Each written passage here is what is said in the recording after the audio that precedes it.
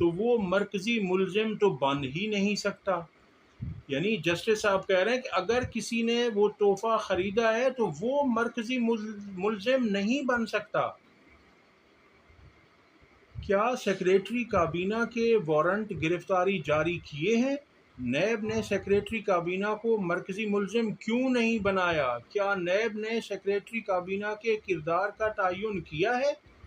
NAB کو بلغاری set کے، یعنی بلغاریہ کی حکومت کی طرف سے ملنے والے سیٹ کی بات کر رہے ہیں کہ نیب کو بلغاری سیٹ کے تحفے سے متعلق کب معلوم ہوا؟ نیب نے پہلے ایک تحفے کو الگ کر کے کیس بنایا، یعنی پہلے ایک کیس بنایا، یہ مجموعی طور پر چوتھا توشہ خانہ کا کیس ہے کہ الگ الگ یہ بنا رہے ہیں۔ نیب پروزیکیوٹر نے عدالت کو بتایا کہ دیگر تحائف سے متعلق نیب کی تفتیش ابھی مکمل نہیں ہوئی۔ جسٹس گل حسن اورنگزیب نے ریمارکس دیے کہ نیب نے کیس میں ریفرنس دائر کیوں نہیں کیا؟ نیب 1 ماہ مزید تاخیر کر دے پھر بھی معاملے کو دیکھنا ہے۔ نیب کہہ دے کہ انہوں نے عمران خان کی گرفتاری کا تحفظ کرنا ہے۔ کیا نیب نے کیس میں دیگر ملزمان سے تفتیش مکمل کی؟ ہم آئندہ تاریخ پر کیس کو فکس کریں گے۔ نیب تفتیشی افسر آج یا کل اڈیالہ جیل جا کر سوال نامے کے جواب عمران خان سے لے لیں۔ جسٹس بابر ستار نے ریمارکس دیے کہ قیدی ملزم کا تفتیش جوائن نہ کرنا حیران کن بات ہے۔ نیب پروزیکیوٹر بولے کہ ملزم سابق وزیر اعظم ہیں، جس پر جسٹس بابر ستار نے ریمارکس دیے کہ ملزم کے سابق وزیر اعظم ہونے سے کوئی فرق نہیں پڑتا۔ نیب پروزیکیوٹر نے عدالت کو بتایا کہ سابق چیئرمین عمران خان نے کہا کہ جب تک میڈیا نہیں آتا کارروائی نہیں ہوگی۔ جسٹس گل حسن اورنگزیب نے ریمارکس دیے کہ تفتیش میں عدم تعاون پر کیس کا فیصلہ کرنا مشکل ہے۔ بعد ازاں عدالت نے کیس کی سماعت 21 اگست تک ملتوی کر دی۔ دوسری خبر آپ کے سامنے رکھتے ہیں اور وہ خبر ہے کہ میڈیا پر بڑا شور ہے کہ تحریک انصاف کے ترجمان رؤوف حسن کا غیر ملکی اخبار نویس یا غیر ملکی صحافیوں سے روابط کے ثبوت سامنے آ گئے۔ اب اس میں ان کی یہ بھونڈی خبر ہے، کیونکہ ایک تو یہ پڑھے لکھے نہیں ہیں اور دوسرا یہ کوشش بھی نہیں کرتے۔ اب اس میں صرف رؤوف حسن صاحب نے ایک صحافی سے واٹس ایپ کے ذریعے میسج کیا اور ان سے ٹائم لیا کہ آپ کس وقت فری ہوں گے، کب آپ سے بات ہو سکے گی۔ پاکستان کی مقبول ترین اور سب سے بڑی جماعت کے ترجمان ہیں رؤوف حسن، اور اس طرف وہ صحافی ہے جس نے انٹرسیپٹ میں عمران خان صاحب کا انٹرویو شائع کیا تھا۔ تو صحافی اور ترجمان کا تعلق کس طرح ہو سکتا ہے؟ اسی طرح سے کہ خبر لینی ہوتی ہے صحافیوں نے اور انہوں نے خبر دینی ہوتی ہے، ان سے وہ پوچھتے ہیں کچھ۔ بہرحال میں آپ کے سامنے رکھ دیتا ہوں کہ بات کیا ہے۔ P T I media division پر چھاپے کے دوران ترجمان تحریک انصاف رؤوف حسن کے غیر ملکی شخصیات سے روابط کے ثبوت سامنے آ گئے۔ یہ میں آپ کے سامنے خبر رکھ رہا ہوں، ایز اٹ از پڑھ رہا ہوں۔ اگر اتنے ہی واضح ثبوت تھے، اتنے ہی غیر مبہم ثبوت تھے، اتنے ہی کریڈیبل ثبوت تھے، تو عدالت نے رؤوف حسن صاحب کو ضمانت پر رہائی کیوں دی؟ ذرائع کے مطابق پی ٹی آئی کارکنوں کے موبائل فون فورینزک کے دوران غیر ملکی شخصیات سے روابط کا انکشاف ہوا ہے۔ رؤوف حسن اور بین الاقوامی جریدے انٹرسیپٹ کے صحافی رائن گرم واٹس ایپ کے ذریعے رابطوں میں تھے۔ بابسوب ذرائع کا کہنا تھا کہ رؤوف حسن اور رائن گرم کا باقاعدہ رابطہ جنوری 2024 میں ہوا۔ رائن گرم نے 8 جون کو رؤوف حسن سے بانی پی ٹی آئی کے 15 مئی کو لکھے گئے مواد کی تصدیق چاہی۔ اب یہ اس کا کام تھا، اس نے یہ تصدیق لینی تھی۔ ذرائع نے مزید بتایا کہ رؤوف حسن کی جانب سے رائن گرم کو 21 جنوری کے ورچوئل جلسے میں شرکت کی دعوت دینے کا بھی انکشاف ہوا ہے۔ اب کسی جلسے کی دعوت صحافیوں کو نہیں دی جائے گی تو کن کو دی جائے گی؟ رائن گرم نے 9 اگست 23 کو سائفر کی بنیاد بنا کر ایک آرٹیکل تحریر کیا تھا۔ رائن گرم نے سائفر کو بنیاد بنا کر لکھے گئے آرٹیکل میں پاکستان اور ریاستی اداروں کے خلاف پروپیگنڈا کیا۔ یہ میڈیا کی خبر ہے۔ اب اس میں آپ سے پہلے ہی عرض کر چکا ہوں کہ اس میں مجھے نہیں لگتا کہ کوئی ایسی چیز ہے جس کو اتنا اٹھایا جا رہا ہے۔ یہ ایک معمول کی بات ہے اور یہ رابطے ہوتے رہتے ہیں، اور اگر ہی ایسے خطرناک رابطے تھے تو عدالت رؤوف حسن کو ضمانت پر رہا نہ کرتی۔ تیسری خبر آپ کے سامنے رکھتے ہیں کہ شیخ حسینہ کی خفیہ جیل ہاؤس آف مرر میں قید رہنے والے وکیل کے تہلکہ خیز انکشافات۔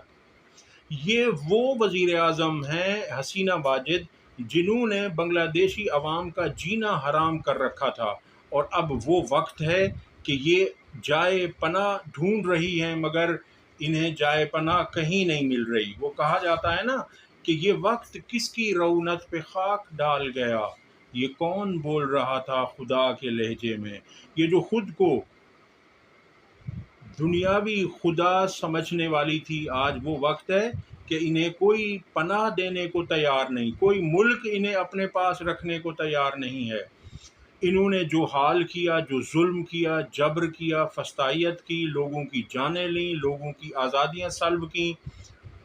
بنگلہ دیش کی معزول وزیر اعظم شیخ حسینہ واجد کی خفیہ جیل ہاؤس آف مرر میں 8 برس قید رہنے والے 40 سالہ بیرسٹر احمد بن قاسم نے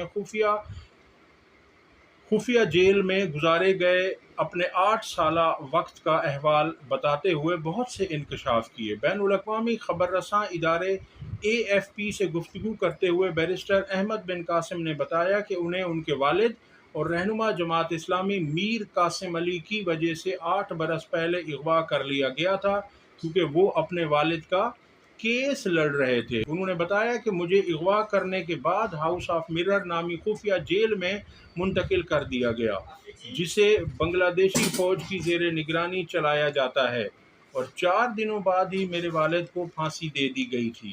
ہاؤس آف مرر میں کسی قیدی کی کسی بھی شخص سے ملاقات نہیں کروائی جاتی۔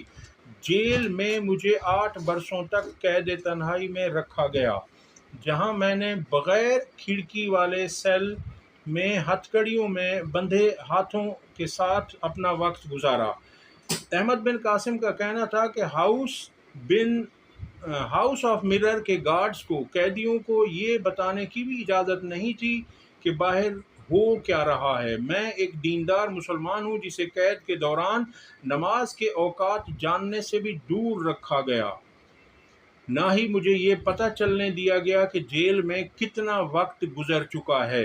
انہوں نے مزید بتایا کہ خفیہ جیل میں ہر وقت موسیقی چلتی رہتی تھی اور مجھے اذان کی آواز سننے کی اجازت بھی نہیں ملتی تھی۔ جب بھی کبھی موسیقی بند ہوتی تو مجھے درد سے کراہتے ہوئے قیدیوں کی آوازیں سنائی دیتی تھیں۔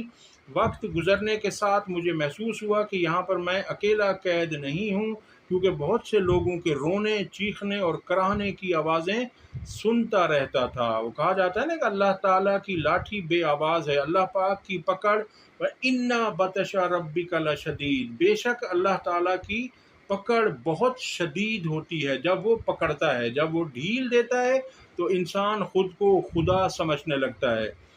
احمد بن قاسم کا کہنا تھا کہ میرے والد کو پھانسی دیے جانے کا مجھے 3 سال بعد جیلر سے معلوم ہوا، جس نے غیر ارادی طور پر مجھے بتایا۔ 5 اگست 2024 کو 8 سال بعد حسینہ واجد کے معزول ہونے کے بعد مجھے 6 اگست کو آزادی ملی۔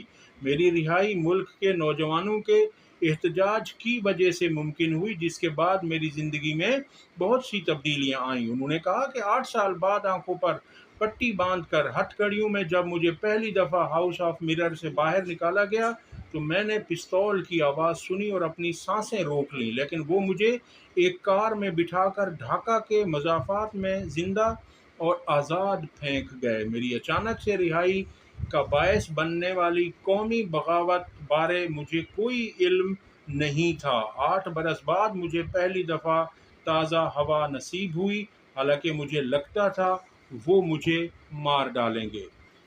یہ بنگلہ دیش کی کہانی ہے، اور اس انقلاب کے دوران بنگلہ دیش میں جو 16 جولائی سے لے کر 11 اگست تک ہلاکتیں ہیں، ان کی تعداد 650 سے زائد ہے۔ یہ اعداد و شمار بنگلہ دیش کے انسانی حقوق، اقوام متحدہ کے انسانی حقوق کے لیے کام کرنے والے ذیلی ادارے کی رپورٹ ہے، اور اس 650 سے زائد افراد کی ہلاکت میں مظاہرین، راہگیر، صحافی اور سیکیورٹی اہلکار شامل ہیں، اور ہزاروں کی تعداد میں لوگ زخمی ہوئے، اور ان زخمیوں میں سے بھی کچھ زخموں کی تاب نہ لاتے ہوئے ہلاک ہوتے جا رہے ہیں۔ اللہ تعالیٰ ان پر رحم کرے۔